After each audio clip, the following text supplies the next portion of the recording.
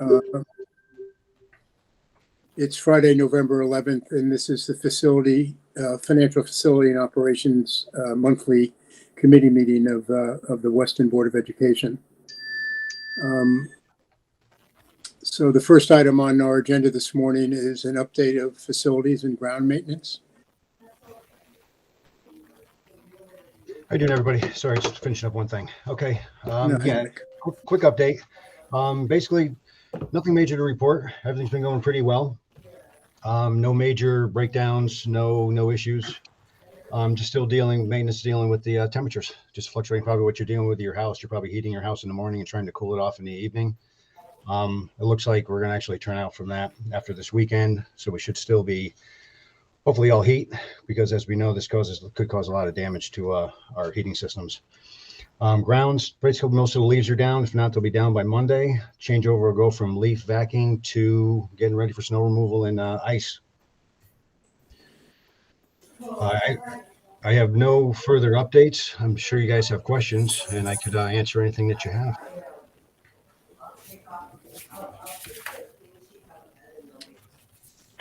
Anyone have any questions for Mike? Mike, did you finish was the window installed in the nurse's office? Nope, still waiting on Carrie. I have a call into the office as of yesterday, like you said, just to sometimes speak to his father-in-law.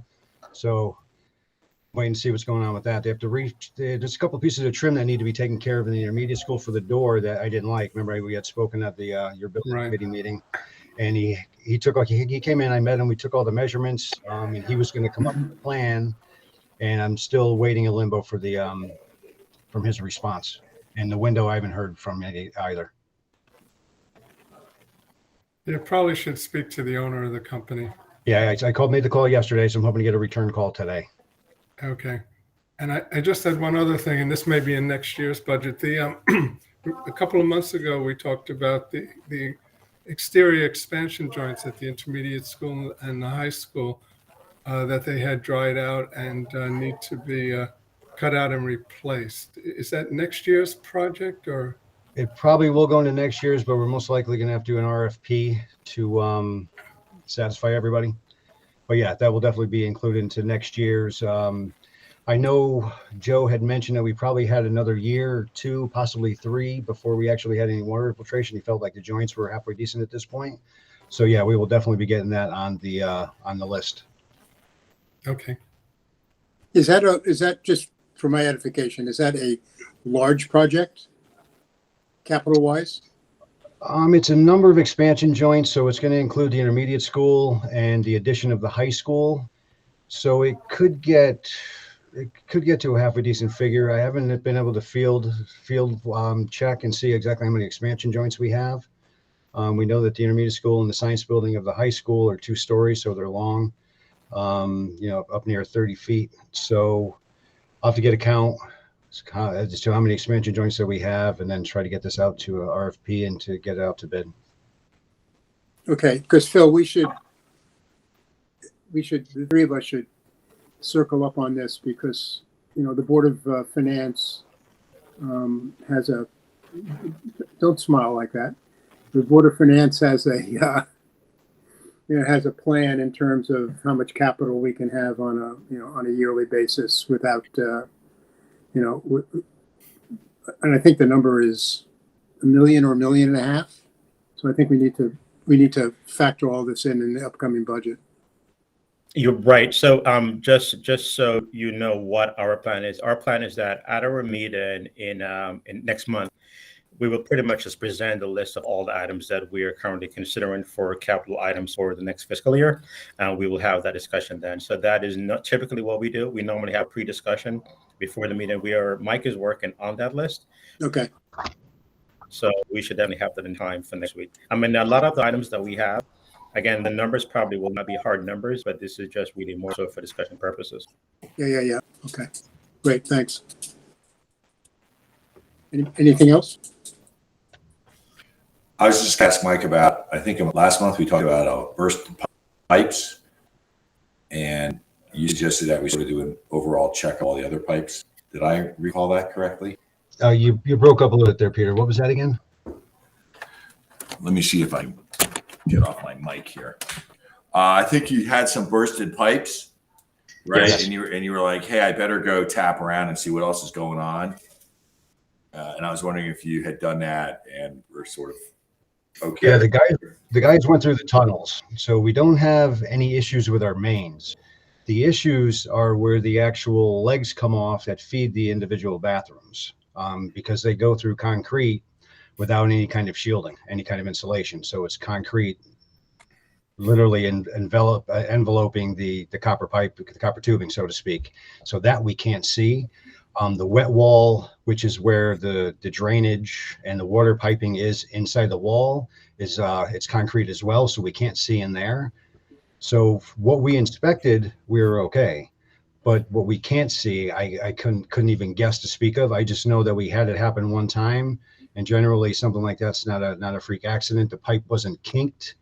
It didn't have any signs of fatigue. It had just pitted from the line from the concrete. Okay. Yeah, there's a different expansion between copper, concrete, and drywall, right? And Yes. I bet the spring is when you're most susceptible to that, right? When the weather goes from cold to hot or something. Yeah, they're both ways, right? All right. I guess that's the to be watched. Unfortunately, yes. Okay. If there are no other questions, let's move on to item 2, the HVAC grant update. Phil? I'll take this one. Or Mike, I'm sorry. Yeah, I'll take this one. Okay, we had a building committee meeting on October 27th or 28th, I believe it was. It was a Thursday. And I brought it up to discussion to see if we had any of our projects that we could actually have gotten onto this application. And the consensus was with the aggressive timing of this, that we wouldn't be able to get all our ducks in a row, get the application in play by December 1st. So we're going to be doing this for the future year. We'll go out to bid. The two projects that we have at this point for the high school weight room and the C5 classroom, we're going to do with getting 3 contractors in here, same material, same equipment, same changeover, and go with the best pricing.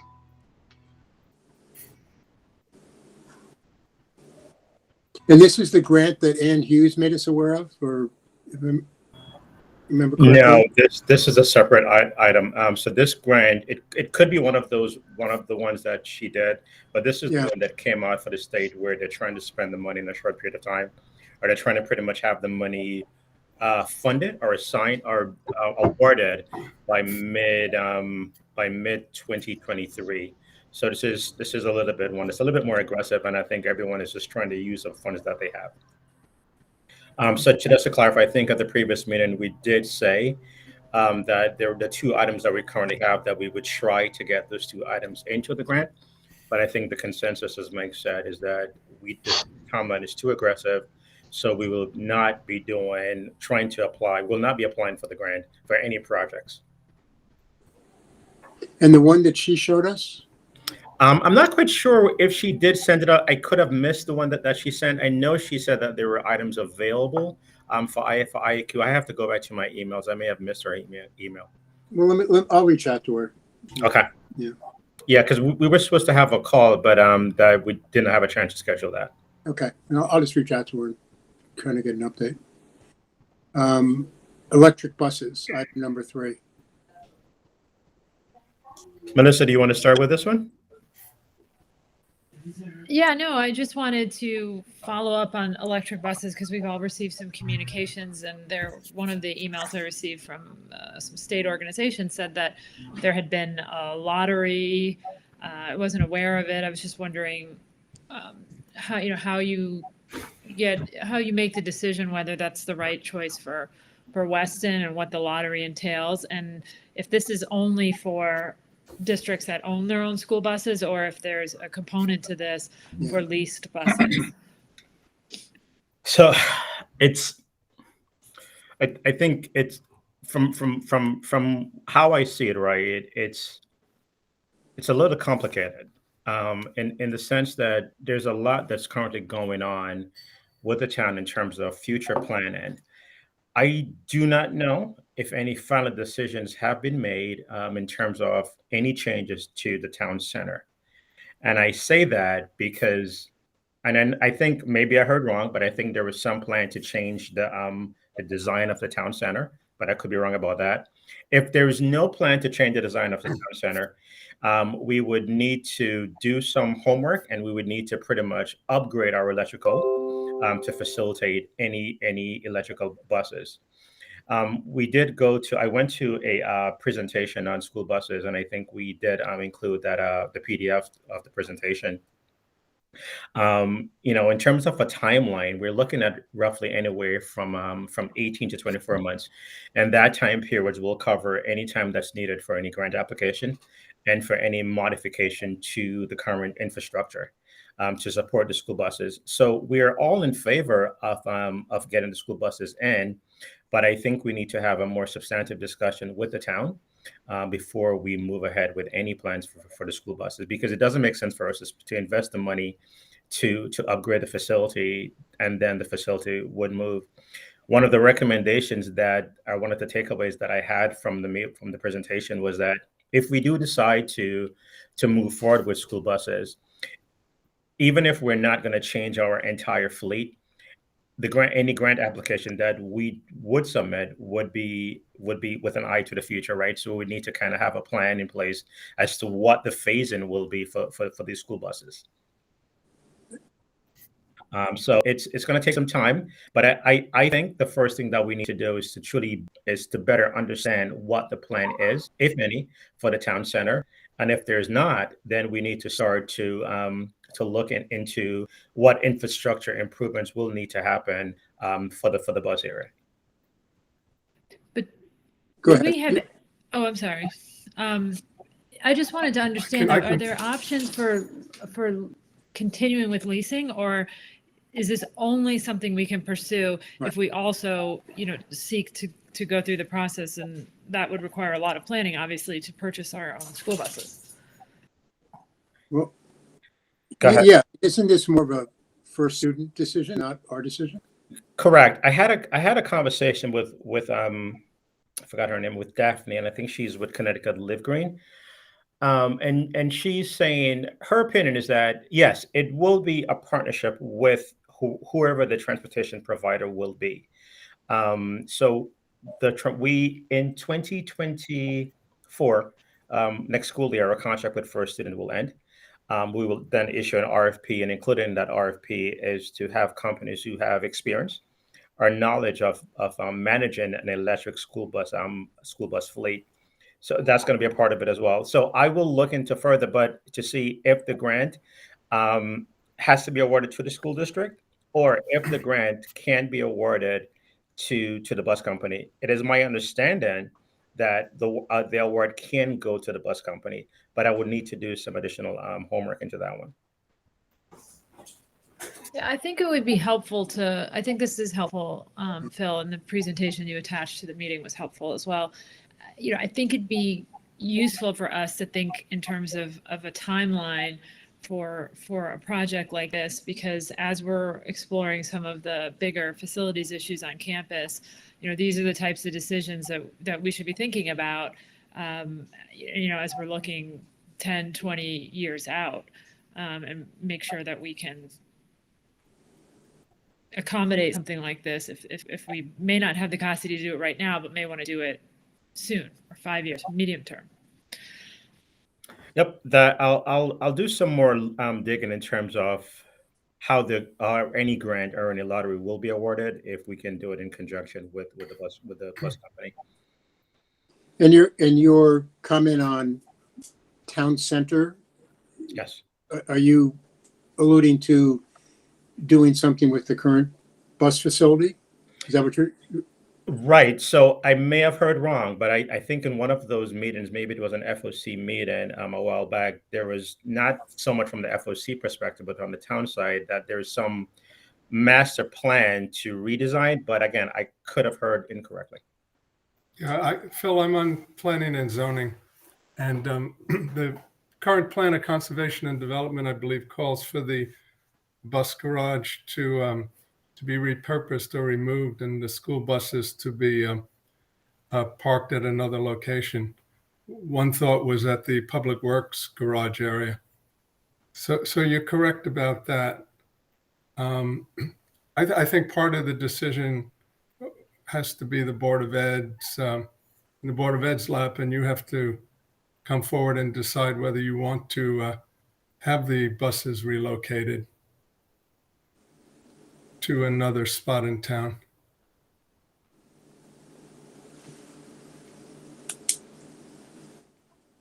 I can't hear you, Phil. So I think if I'm not mistaken, I may have heard that at one point that discussion was had at an earlier time about possibly moving the bus garage to DPW site, but there was some resistance to that. Well, when we were actually, I always say 20 years ago, but 20 years ago, I think Ellen may have been the chairwoman,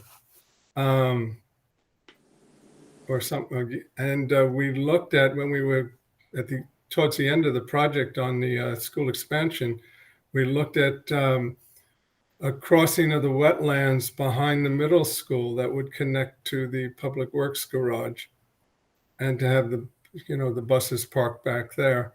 We didn't go forward with it because the money was not in the project for that work. But yes, it's been talked about for many, many years. So just for guidance, Richard, if we should decide for clarification, is the decision to move to DPW a Board of Ed decision, or is it a townwide decision? I would assume it's a townwide decision. But I think, if the Board of Ed feels that it's appropriate to talk about relocating that facility, I think that would be important for planning purposes. All right, so I guess, again, so this would be a part of that broader discussion that we need to have. So I guess, we have to have that discussion. So, all right, let me think about it some more, and we'll see who we need to get together just to have those discussions. Yeah, I mean, this has been an ongoing discussion, Richard, for 20 years about what we do with the bus depot and where we move the buses. And, I'm not aware of, what the P&Z is thinking and their timing as well, in terms of redeveloping town center. I think it's right now, Steve, it's out of P&Z's hands. P&Z has come up with a,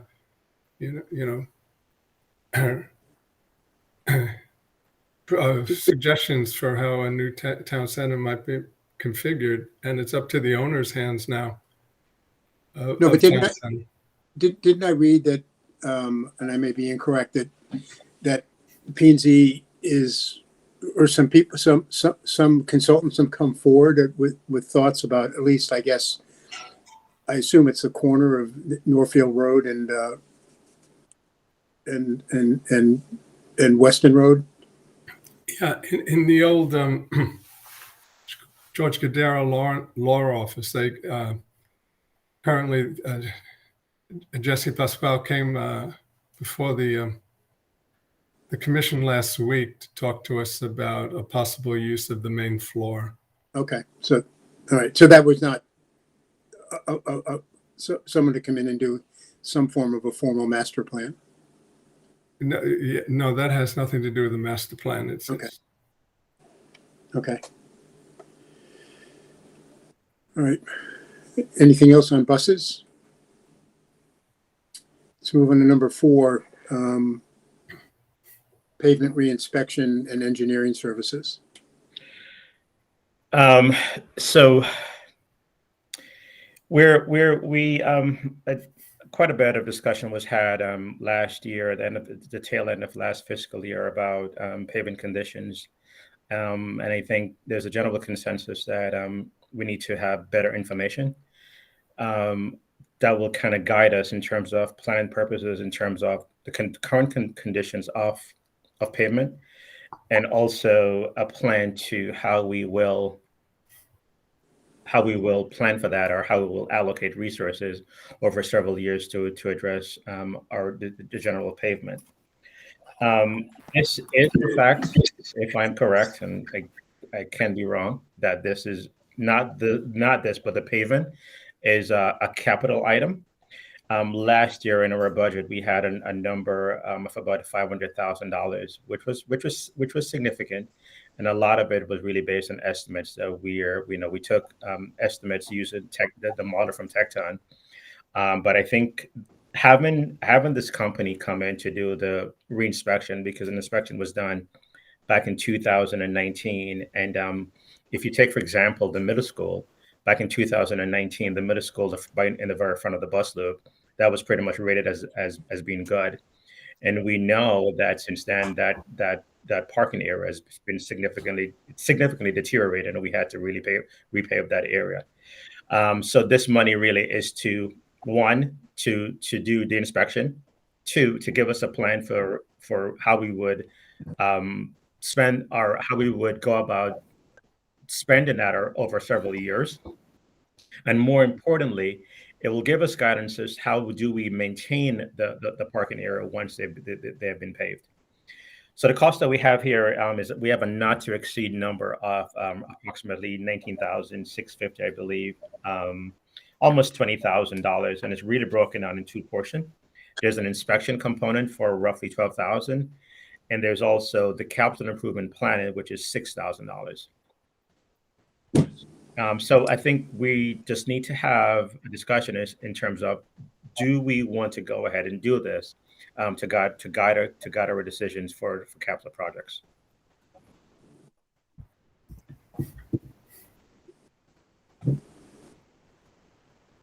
Did you? I'm sorry, I missed the Board of Finance meeting last night. Did you present this last night? Yes.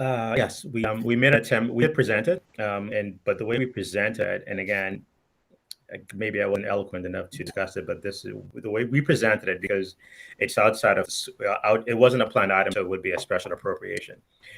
My thought was, because it was a capital item, this should rest or reside in the bucket of capital expenditure. The Board of Finance, in no uncertain terms, made it absolutely clear that this is an operating expenditure, and the Board of Ed should pay for it.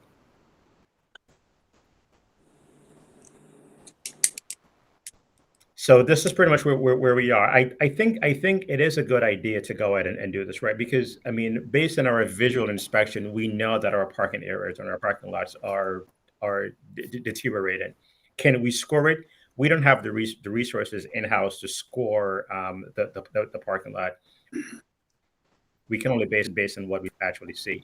So I think having someone who, this is their area of expertise, just to guide us, we can phase it in, right? Where we can do step one, where we have an inspection and see what that inspection is telling us. And if we decide to use your expertise for capital planning, we can do that. But I definitely think that something is needed.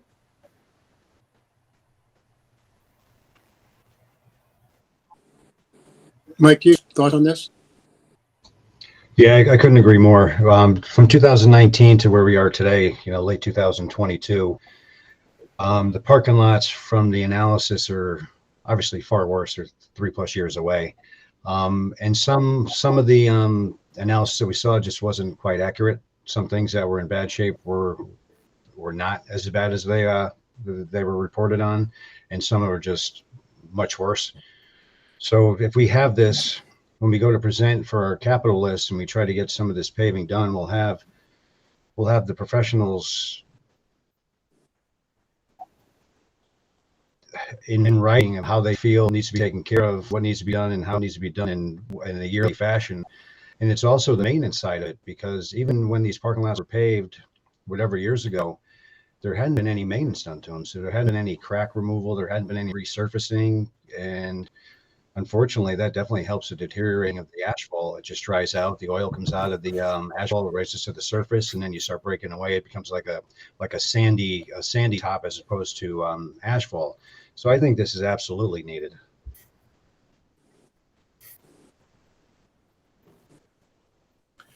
I have two. Peter, you're shaking your head. Well, I don't know if I was shaking my head. I just have two questions. I thought in our last budget cycle that any paving of the parking lots was going to be try to leverage what the town was doing. Am I missing something here? Is that still the case, or has it now come back to it's in Phil's capital budget ask in January?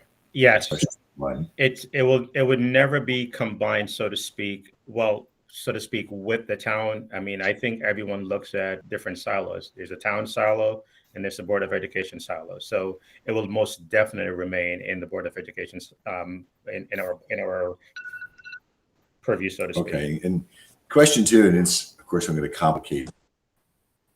When I'm assuming we're going to move forward with some analysis of the surface capability, but I suffer from this. I think a lot of parents are going to look into traffic flow adjustments, or are we just blowing this up to a level of complication that's? So, Peter, if I may ask, where are you seeing the congestion for? Well, there's a lot of congestion. I mean, I'm a WIS father, Yeah, also WIS. early morning at the high school. So for some reason, it seems to me we could better use of traffic mechanism, some sort of widening or something. I can't envision it. I'm not a transportation engineer.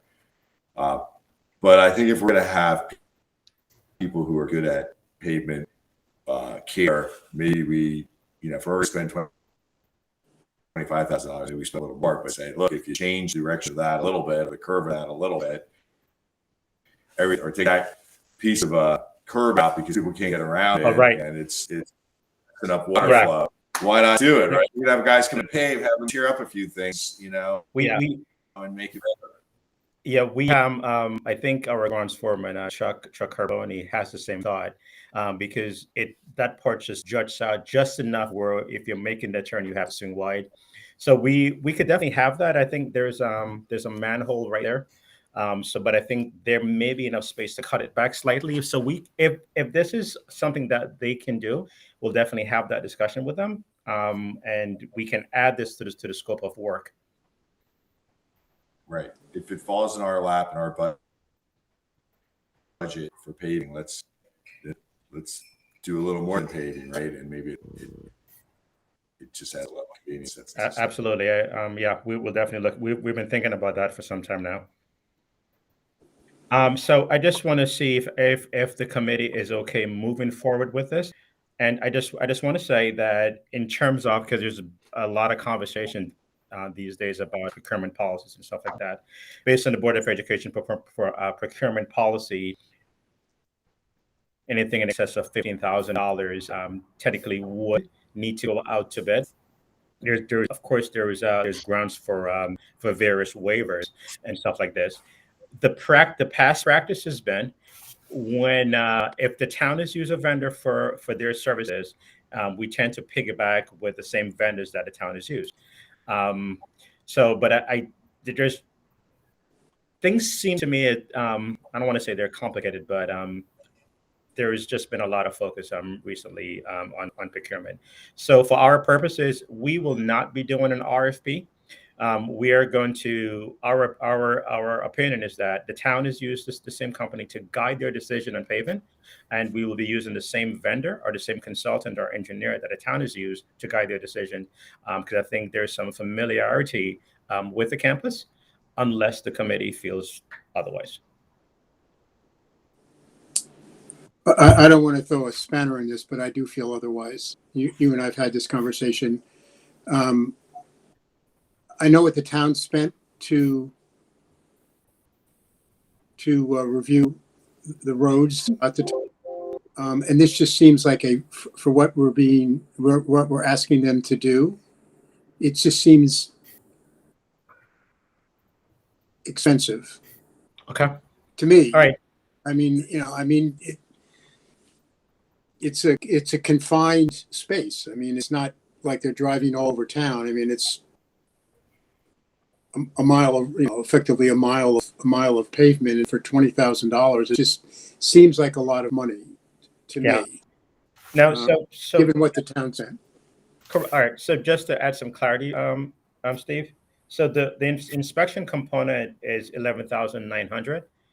Then the capital planning portion is 5,800.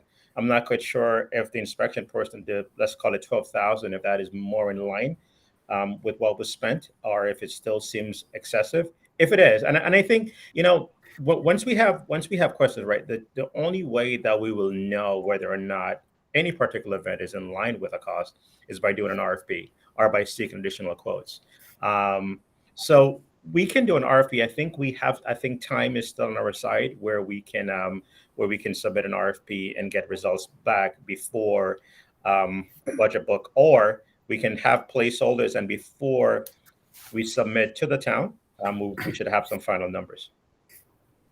Well, just recognize the Board of Finance isn't going to pay for this creation, so it's coming off of our current budget or Correct. next year's budget. So, and if that's the case, then I would like to see an RFP, but that's just me speaking.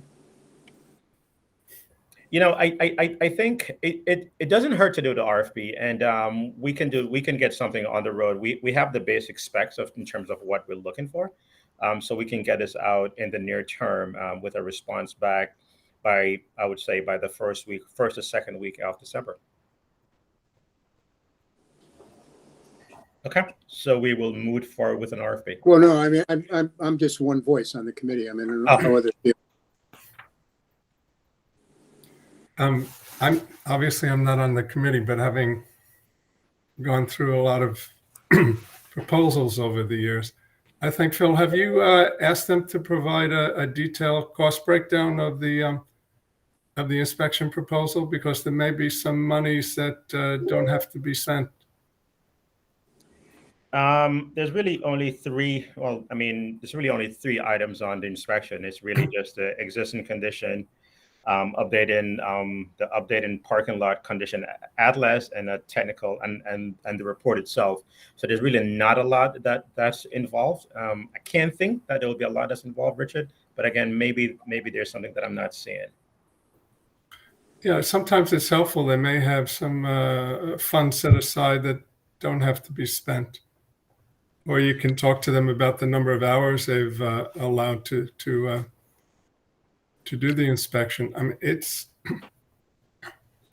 I understand what Steve's saying, but I've always found that if you have consultants that you're comfortable with and have done good work for you and have appeared to be reasonably priced in the past, that it's worth talking to them again. No, I'm not disagreeing at all, Richard. I just think it just seems this is a relatively large expenditure that's we have not considered in our current budget. Right, I understand. And so as a result of that, I do think it's prudent to see if the number that they've proposed to us, and they obviously have history with the town, is consistent with what we find elsewhere. After the discussion, or after my experience last night with the Board of Finance, I think I'm going to agree with Steve, and I think we'll just do an RFP, because that's the only way we'll be able to answer these questions as to whether or not the pricing is fair. So I think we will do the RFP. We do have the time. We're not in a time crunch. We still have some time where we can do this and we can have inspection done. I think they're saying in the proposal that the actual field inspection is only going to be a day. Right. I mean, I just said it's only a mile, so it's not going to take them a long time to do the inspection itself. We'll do the RFP, and we'll see what comes back, and then we will report back. If we'll see if we have enough time to be able to report back at our meeting in December. If we do not have that by December, we'll definitely have those discussions. Maybe we'll just call a special meeting, a quick meeting, just to have a quick discussion on this, and try to get a vote on it, so we can just have it in place, have a number in place before we submit to the Board of Selectmen. I think that sounds like a good plan. Great. Peter, you good with that? Yeah, I'm good with that. And as I submitted, maybe, we can find a way of doing something more than what's on a piece of paper with a little bit of negotiation, right? It gives us some wiggle room, saying, that's great. Could you also look into this and just sort of throw that in for the deal? You never know. Perfect. Thank you. That's good. Great. Thanks, everybody. So number 5 is the monthly update on the current fiscal year. I'm going to leave, Steve, because Okay. Thanks, but Richard. I would like to just say one thing, and Mike was at our building committee meeting 2 weeks ago. In your 2022-23 appropriations, capital projects, you do have some, I think there are at least 2 projects where you have to hire a consultant. I don't know, Mike, I think you were given the names of some architectural firms. So my question is, have you and the and your group looked into getting proposals from these firms? We haven't looked into contacting Kohler Ronan at this point, but definitely in the near future. Okay. Because that work is in this current year's budget. Yes. All right. Take care then. Thanks, Bye. Richard. Hi, Richard. Phil, you want to do the monthly financial update? Sure. So we continue to be in a good spot, and I think things are trending in the way that we would want them to trend. We will have some other further deeper dive in the numbers in additional areas for next month. I'm just waiting for a few items to kind of flesh out just a little bit more before I report to the board. But as of October, we have slight increase in the end of year balance. And there's 2 main drivers for that. The property services, this is for at the end of fiscal 22, we had a discussion about prepaying the final payment for security initiatives improvements that was done. And this was done post budget.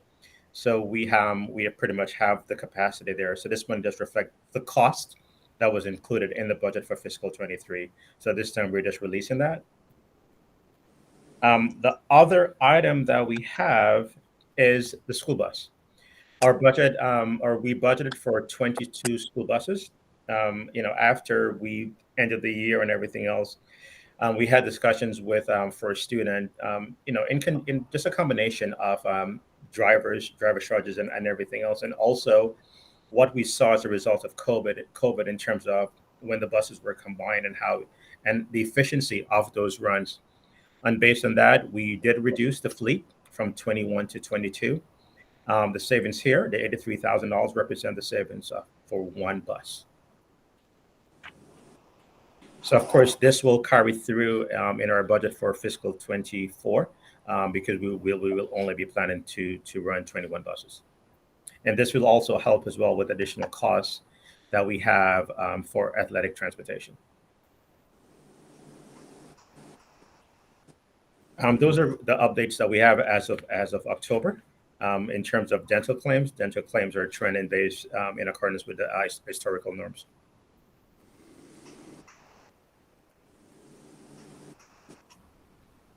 Any questions? Not for me. Phil, just one. Since this bus change would be permanent going forward, what does it do to the ride time? And has anybody expressed any concerns or? No. I think our ride times are right where they need to be. It was a little bit choppy in the start, and that wasn't a reflection of the reduced run. That was more so of just for the routes, just waiting for the routes to settle. But our ride times are pretty much right now consistent to what they've been historically. Okay. I mean, and on any given day, there may be a case where the buses are a little bit later, but in terms of the average, we are pretty much at our average ride time. And again, we kind of use the model that we had in COVID, right? Because I think historically, there's always been a concern. The buses people would always say the buses are empty, but we didn't have the data at that time to make the decision. We were working on that, but COVID was really beneficial, where we learned a lot from COVID in our general operations, and this is just one of the changes that we have made based on those observations. Okay. And staffing is still bus staffing is. We did have some turnover in the bus fleet. We did have to combine I think for a few days last week, we had a person who resigned. As we alluded to, she was moving towards another delivery company, and we have one of another driver. He was out sick, so we did have a situation where we had to combine runs. So we do have a driver in every seat, and we do have a spare. But we're pretty much just right at the maximum.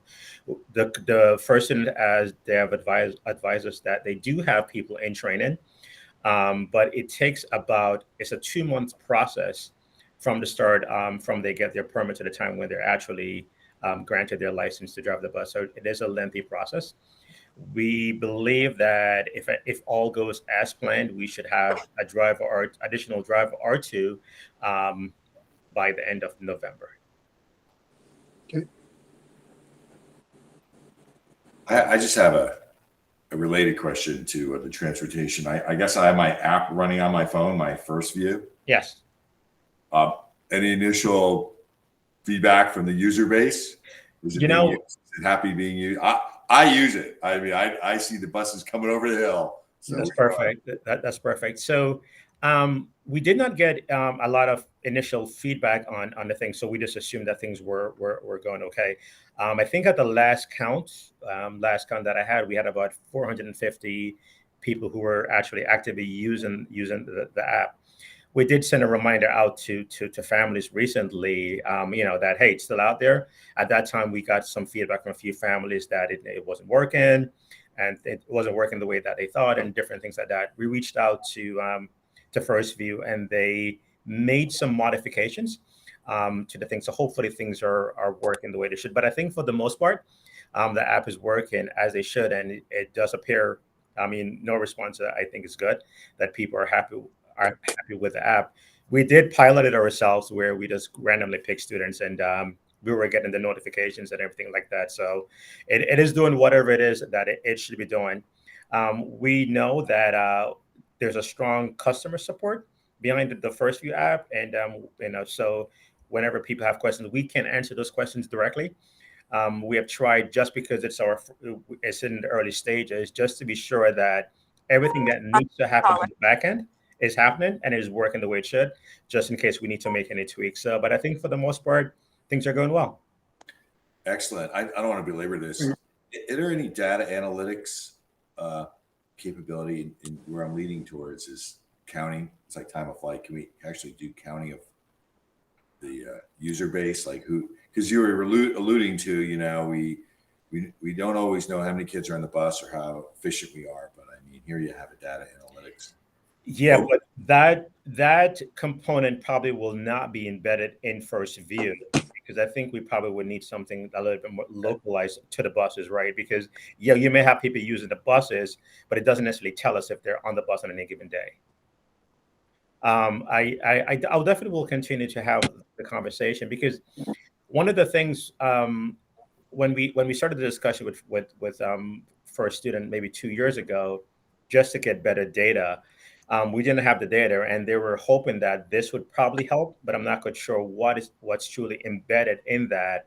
But we'll have another discussion to see what we can pull from somewhere, or if there's been any changes. First Student has new ownership. The new ownership may be invested in other things, so we'll have those conversations, and we'll keep the board apprised, of course. Who bought First Student? I didn't realize that ownership. Yeah, I forgot. It's an internet. The company's. Oh, I don't remember the name of the company, but it's not a local company. They're out of Europe. Okay. I'll get that information to you, Steve. No. I'll do it. I'll do it myself. That's fine. Okay. I have the letter, so I can save you a few keystrokes.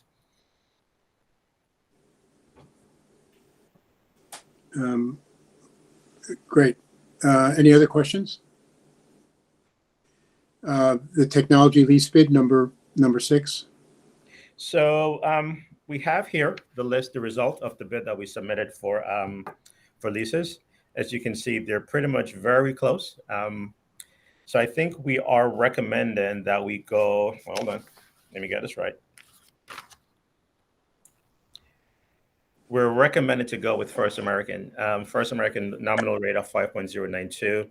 with total finance charge over 4 years of $22,597.44.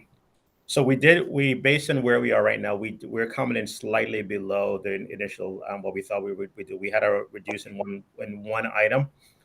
The plan was to lease 315,000.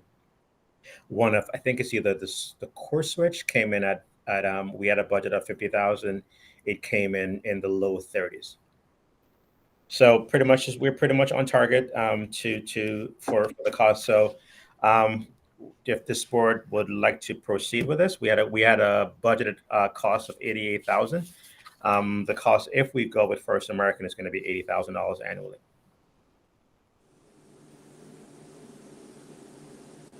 If the committee is okay, go ahead, Steve. No. I was Okay. So if the committee is okay with the decision to award to First American, we told everyone that we will not be, because everyone is kind of anxious to lock in the rates, but we did have they did agree to wait until Tuesday when the full board votes on it, because I think we will need that for the minutes, that just in case if it's going to be a part of their request. So the plan is to present this at the board meeting for a board vote. And the reason you went with First American was the lowest interest rate of the three? That's pretty much it. Okay. The closest one was going to be TD, and as you can see, the difference is really small. Yeah. We have not used First American in the past. We have definitely used KS Bank and also TD. So this would be, I believe, our first time using First American.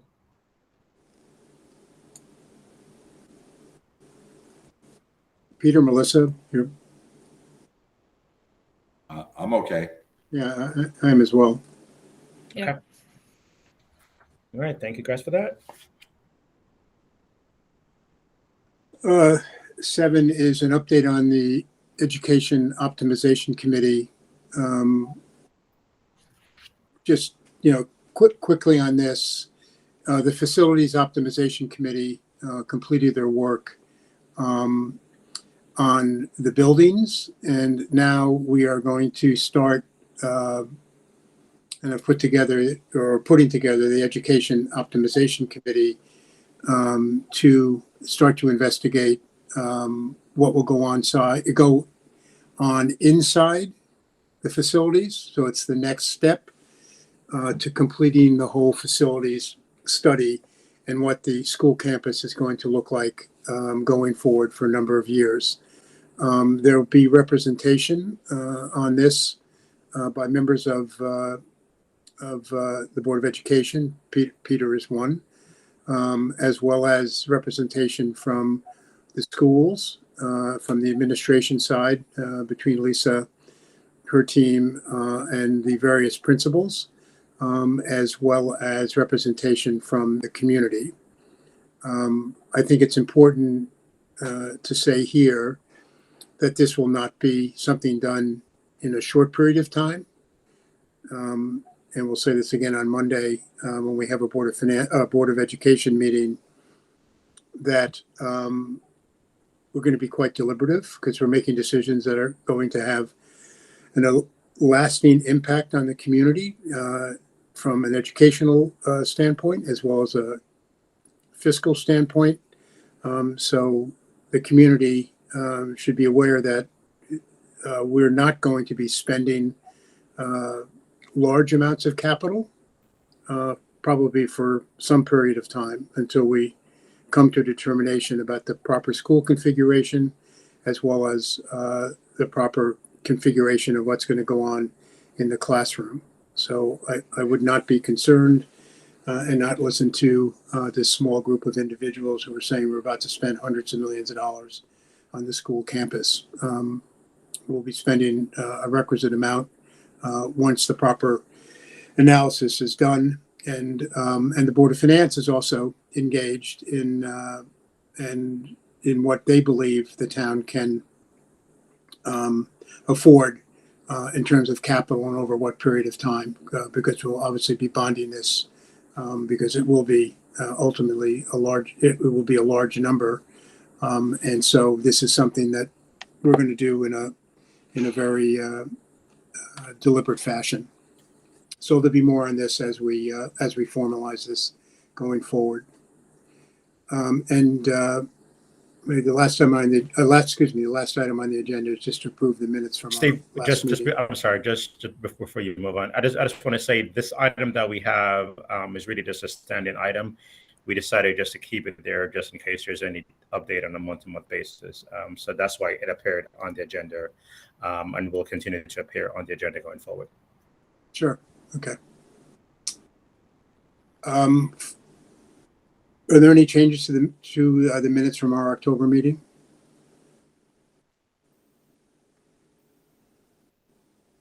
So can I have a motion to approve the minutes from October? I move that we approve the minutes from the October Facilities and Finance Committee meeting. Is there a second? Second, Peter. All those in favor? Aye. I'm Melissa. Hi, Peter. Aye, Steve. Thank you. That passes. Lisa, is there anything you want to say today? No, is the meeting ending? I was late because I was at the Veterans Day celebration with Woody Bliss and friends.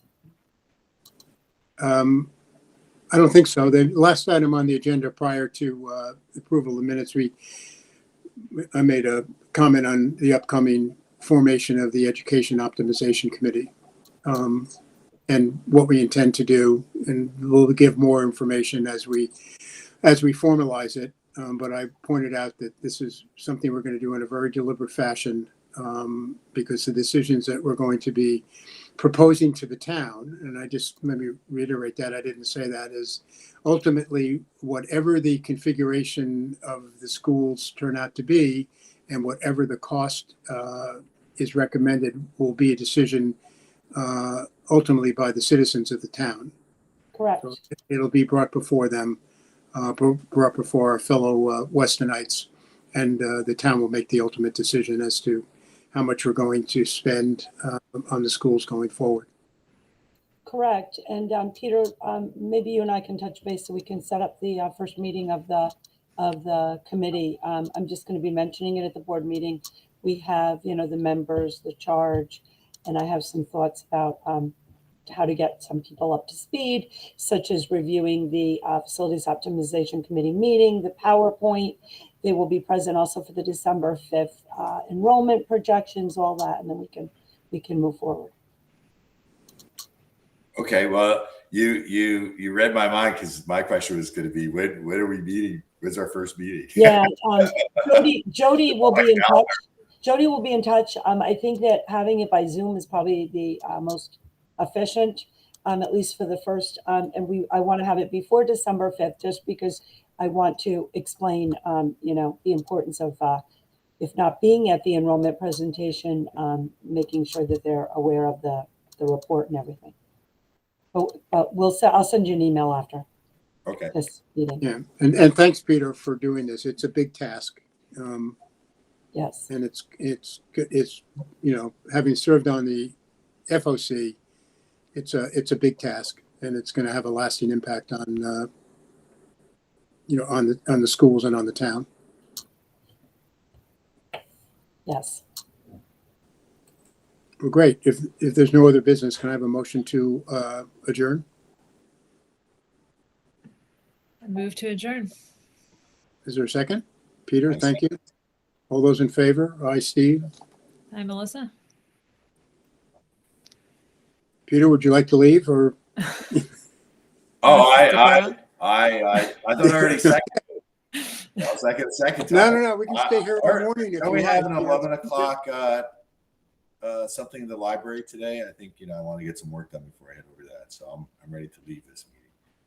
Okay, great. Well, thank you, everybody. Okay. Have a great weekend, everyone. You as well, Paul. Yeah.